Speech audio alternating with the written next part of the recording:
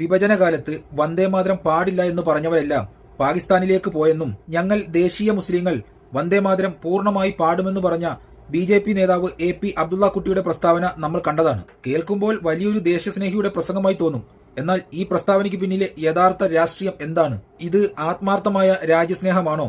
അതോ തന്റെ നഷ്ടപ്പെട്ടു പോകുന്ന കസേര തിരിച്ചുപിടിക്കാനുള്ള വെറും അടവ് നയമാണോ? അടുത്തിടെയാണ് BJP പുനഃസംഘടനയിൽ ദേശീയ ഉപാധ്യക്ഷ സ്ഥാനത്ത് നിന്നും ഹജ്ജ് കമ്മിറ്റി ചെയർമാൻ സ്ഥാനത്ത് നിന്നും അബ്ദുള്ള കുട്ടിയെ മാറ്റിയത്. പാർട്ടിയിൽ പൂർണ്ണമായും തഴയപ്പെട്ടൊരവസ്ഥ. അങ്ങനെ നേതൃസ്ഥാനങ്ങളിൽ നിന്നും പുറത്തായതിന്റെ ആഘാതത്തിൽ BJP കേന്ദ്രങ്ങളെ വീണ്ടും സൂചിപ്പിച്ച് എങ്ങനെയെങ്കിലും ഒരു പദവി ഒപ്പിച്ചെടുക്കാനുള്ള തന്ത്രം മാത്രമാണ് ഈ വന്ദേമാതരം പാട്ട്. പാർട്ടിയിൽ തന്റെ പ്രസക്തി നഷ്ടപ്പെടുമ്പോൾ ഇതുപോലുള്ള വിദ്വേഷ പ്രസ്താവനകളും അതിദേശീയതയും പുറത്തെടുക്കുന്നത് ഒരുതരം രാഷ്ട്രീയ ഭയത്തിൽ നിന്നാണ്. അബ്ദുള്ള കുട്ടിയുടെ രാഷ്ട്രീയ ചരിത്രം മലയാളികൾക്ക് മുഴുവനും അറിയാം. SFIയിലൂടെ കടന്നുവന്ന് CPMന്റെ MP ആയി. അവിടെ നിന്നും പുറത്തായപ്പോൾ നേരെ കോൺഗ്രസിലെ MLA ആയിരിക്കെ അവിടെയും ഭിന്നതകളുണ്ടാക്കി നേരെ BJPയിലേക്ക്.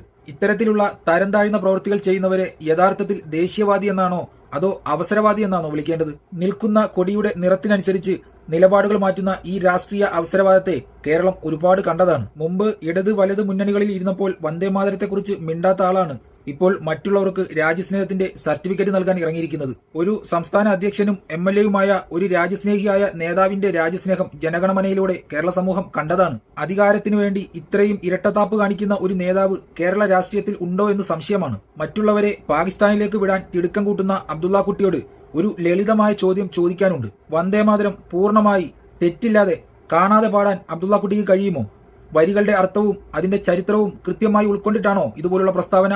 അതോ ഡൽഹിയിലെ നേതാക്കന്മാരുടെ പ്രീതി പിടിച്ചു പറ്റാൻ വേണ്ടി മനഃപൂർവ്വം ഉണ്ടാക്കിയ ഒരു വിവാദം മാത്രമാണോ ഇത്? രാജ്യസ്നേഹം എന്ന് പറയുന്നത് വരികളിൽ മാത്രം ഒതുങ്ങുന്ന ഒന്നല്ല. അത് ജനങ്ങളെ ഭിന്നിപ്പിക്കാനുള്ള ആയുധമാക്കരുത്. BJPയുടെ നേതൃസ്ഥാനത്ത് നിന്നും പുറന്തള്ളപ്പെട്ടതിന്റെ സങ്കടം മാറണമെങ്കിൽ ഇനി BJPയെ സൂചിപ്പിച്ചാൽ മാത്രമേ കഴിയുള്ളൂ. അതിനുവേണ്ടിയുള്ള ഏറ്റവും വൃത്തികെട്ടതും തരം താഴ്ന്നതുമായ പണിയാണിത്. ജീവിക്കുവാണെങ്കിൽ ആണുങ്ങളെ പോലെ ജീവിക്കണോ?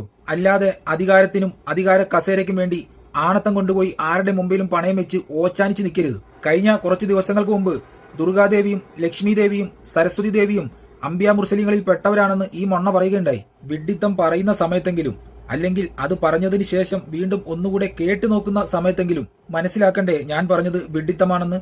അതുപോലും തിരിച്ചറിയാനും മനസ്സിലാക്കാനും കഴിവില്ലാത്ത ആളാണ് ഞങ്ങളെ ദേശസ്നേഹം പഠിപ്പിക്കാൻ വരുന്നത്. തലയ്ക്കകത്ത് ചാണകവും തീട്ടവും ഒരേപോലെ നിറഞ്ഞാൽ പിന്നെ അതിൽ നിന്നും ബുദ്ധിയുള്ള വാക്കുകളൊന്നും വരില്ലല്ലോ. എന്തായാലും BJPയെ സൂചിപ്പിച്ച് ഇതുപോലുള്ള എന്തെങ്കിലും മണ്ടത്തരങ്ങൾ പറഞ്ഞു നടന്നോ? ചിലപ്പോൾ ഏതെങ്കിലും കസേര കിട്ടിയാലോ? രാഷ്ട്രീയത്തിൽ പദവികൾ നഷ്ടപ്പെടുമ്പോൾ അസ്ഥിരപ്പെടുന്ന ഇത്തരം നിലപാടുകളെ ജനങ്ങൾ തിരിച്ചറിയുന്നുണ്ട്. സ്വന്തം നിലനിൽപ്പിനായി വിഭജന രാഷ്ട്രീയത്തെയും വന്ദേമാതരത്തെയും കൂട്ടുപിടിക്കുന്ന ഇത്തരം ഇരട്ടത്താപ്പുകൾക്കെതിരെ ജനാധിപത്യ കേരളം പ്രതികരിക്കുക തന്നെ ചെയ്യും.